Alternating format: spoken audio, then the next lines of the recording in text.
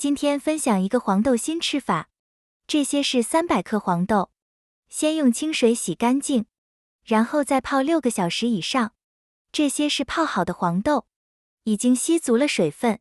这是500克辣椒，先把蒂去掉，然后切成段。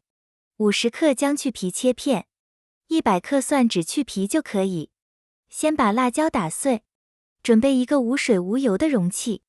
搅好以后直接到里面，不要搅拌得太碎，这样口感更好。姜和蒜也给它打碎，姜和蒜要打得细腻一点，吃起来口感更香。放入30克盐，把它拌匀后腌制30分钟。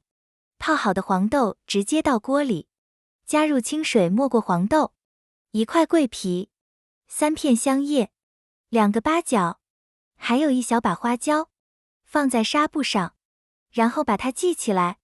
2勺生抽，放入大约10克盐，大火烧开以后煮15分钟，一定要让豆子完全熟透，半生不熟吃了容易身体不适，可以拿几个尝一下。